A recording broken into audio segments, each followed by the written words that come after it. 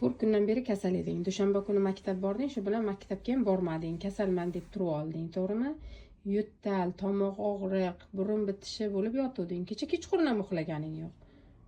Bugun bayram desa, likkillab turib ketding-ku. Ha? Sen kasalsan-ku, bebish. Kasalman. Hozir ham kasalman, lekin bo'ladigan ish bo'ladi-da. Nima degani bo'ladigan ish bo'ladi? Endi qilsaman, boraman. Nima, xursand bo'lsang kasal bo'lmaysanmi? Ya agar qayergadir borayotganingizni bilsang, shu vaqtda ham xursand bo'laman. Narsa olishingda ham shunaqa, biror narsa olishda ham sen kasal bo'lmaysan, to'g'rimi? Kasal odam uyda o'tiradi, bayramlarga bormaydi, hech qayerga bormaydi. Sen hozir doktorga ham borib kelding. Men soppa-sog'man. Yana nima qilsam bo'lar ekan? Bo'ldi, bebish jon ko'payib ketdi. Yetarlicha bo'ldi. U o'tib ketgan Halloween bu. Bunga anaqa qilishing shart emas. Hech qanaqa maskara bo'lmaydi u yoqda. Telegramga ko'rdim. Okey.